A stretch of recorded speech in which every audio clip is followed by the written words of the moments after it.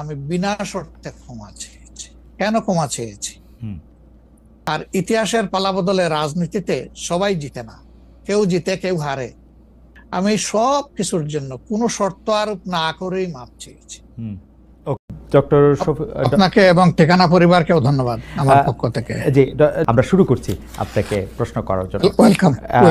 প্রথমে একটু অনেকেই বলে থাকেন যে বাংলাদেশে রাজনীতি করতে হলে ভারতের সাথে একটা বড় সম্পর্ক রেখে রাজনীতি করতে হবে। আপনার কাছে কি মনে হয় এই সময় ভারতের সাথে বড় সম্পর্ক কারা রাখতেছেন এবং জামায়াতে ইসলামীর সাথে ভারতের সম্পর্ক আসলে কেমন? প্রথম কথা হলো যে রাজনীতি কার জন্য?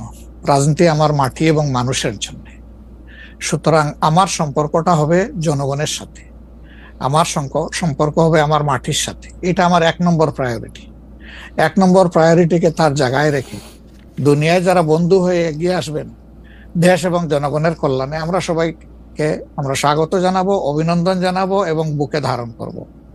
কিন্তু যদি এই সম্পর্ক রাখার অর্থ এটি হয় যে কোনো রাষ্ট্রের আনুকূল্য নিয়ে অথবা রাষ্ট্রকে সন্তুষ্ট রেখে কোন ধরনের রাজনৈতিক কর্মকাণ্ড পরিচালিত হবে, আমরা তার সম্পূর্ণ বিরোধী।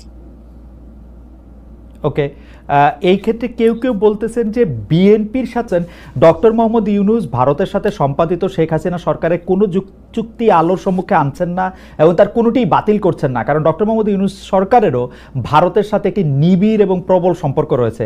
আপনি এই দুটি কিভাবে বিবেচনা করেন যে বিএনপির সাথে কি আসলে ভারতের একটি প্যাক্ট আছে? ডক্টর মোহাম্মদ ইউনূস কি ভারতের কাছে মুখে যাই বলুন খুবই নতজানু সরকার? মানে হোয়াট ইজ আপনার বিশ্লেষণ একটু শুনতে চাই। আসলে প্রথমটা আপনি যেমনটি শুনছেন আমিও তেমন শুনতেছি, আমার কাছে এর কোনো ডকুমেন্ট নাই।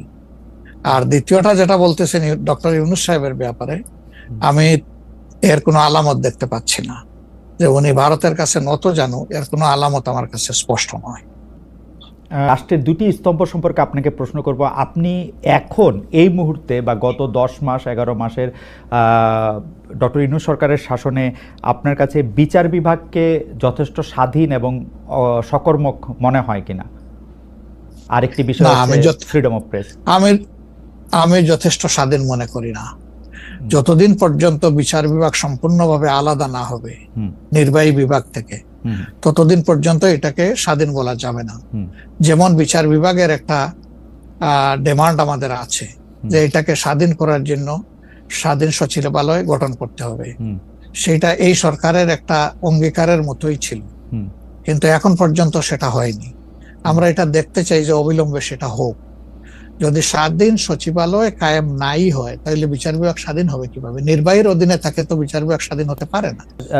জজ এন্ড সেশনস কোর্ট যেগুলি ডিস্ট্রিক্ট জজ এন্ড সেশনস কোর্ট যেগুলি আছে 64টা জেলা এবং অন্যান্য ট্রাইব্যুনালগুলি, তারা কি স্বাধীনভাবে কাজ করতে পারছে?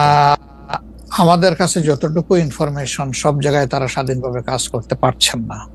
বিভিন্ন আনডিউ প্রেসার তাদের উপরে আছে। এটা কি নির্বাহী বিভাগের উপর থেকে, নাকি এটা জামাতে ইসলামী প্রেসারটা দিচ্ছে বা বিএনপি প্রেসারটা দিচ্ছে বা এনসিপি প্রেসারটা দিচ্ছে? আমরা তো কোনো প্রেসারের পক্ষে নাই। আমরা always in favour of fair justice. আমরা আনফেয়ার কোনো জাস্টিস চাই না, আমরা চাই ফেয়ার জাস্টিস। এখন আর কারা দিচ্ছে না দিচ্ছে, আপনার টক শোতেই আপনি মেনি টাইমস বলেছেন, আমাকে উত্তর দেওয়ার দরকার নাই। আপনি যথেষ্ট জনগণের পক্ষে মতামত ব্যক্ত করার জন্য আপনি বহু সময় এই কথাগুলো রিপিট করেছেন। আমরা কিন্তু এর পক্ষে নাই এবং আমাদের বিরুদ্ধে এই ধরনের কোনো কমপ্লেইন কোথাও নেই।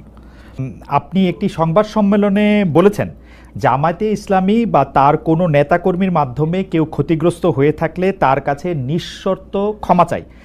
এই ক্ষমা প্রার্থনায় কি 71 মুক্তিযুদ্ধের সময়টাও আছে কিনা সেটা সেদিন আপনি স্পষ্ট করেননি, আজকে এটা স্পষ্ট করবেন? মানে আপনি, অনেকেই প্রশ্ন করছেন যে জামায়াতের মাননীয় আমির ক্ষমা কিসের জন্য চাইলেন? মানে 47-এর পর থেকে শুরু করে আজকে পর্যন্ত, শুধু 71 না, 47-এর পর থেকে শুরু করে আজকে পর্যন্ত আমাদের দ্বারা যত মানুষ যত জায়গায় কষ্ট পেয়েছে, কেউ যদি ক্ষতিগ্রস্ত হয়ে থাকে, সেই মানুষগুলো তাদের সকলের কাছে আমি বিনা শর্তে ক্ষমা চেয়েছি। কেন ক্ষমা চেয়েছি? আমরা মানুষ, ইন্ডিভিজুয়াল মানুষ যেমন ভুল করতে পারে, মানুষের সমষ্টি একটা দলেরও বিভিন্ন ভুল সিদ্ধান্ত থাকতে পারে। কোনটা ভুল কোনটা সঠিক ইতিহাস এটা নির্ধারণ করবে। আজকে যেটাকে ভুল বলা হচ্ছে কালকে এটাই হয়তো সবচেয়ে বড় সঠিক হিসাবে প্রমাণিত হবে। আর ইতিহাসের পালাবদলে রাজনীতিতে সবাই জিতে না, কেউ জিতে কেউ হারে। আমরা আদর্শবাদী একটা দল, আমরা বিশ্বাস করি আমরা মানুষ ভুলের ঊর্ধ্বে নই। আমাদের দ্বারা, আমাদের সহকর্মীদের দ্বারা মানুষ বিভিন্ন ক্ষেত্রে কষ্ট পেতে পারে, ক্ষতিগ্রস্ত হতে পারে। আমি সব কিছুর জন্য কোনো শর্ত আরোপ না করেই মাপ চেয়েছি। ওকে, মানে 47 এবং থেকে মাপ চাওয়ার মধ্যে কোনো পরাজয় নাই, অবশ্যই নাই। 47 থেকে আজ পর্যন্ত যে কোনো কিছুর জন্য মানুষ আপনাদের কাছ থেকে যদি কোনো ধরনের আঘাত পেয়ে থাকে তার জন্য আপনি দুঃখ প্রকাশ করেছেন বা ক্ষমা চেয়েছেন। এর ভিতরে সব ঢুকে গেছে, কোনো কিছু বাদ নাই। ওকে, এভরিথিং ইনক্লুডেড। আচ্ছা, এবং এটা আনকন্ডিশনাল, মানে অ্যাপোলজি দিয়ে আনকন্ডিশনাল পার্ডন সিক করেছে।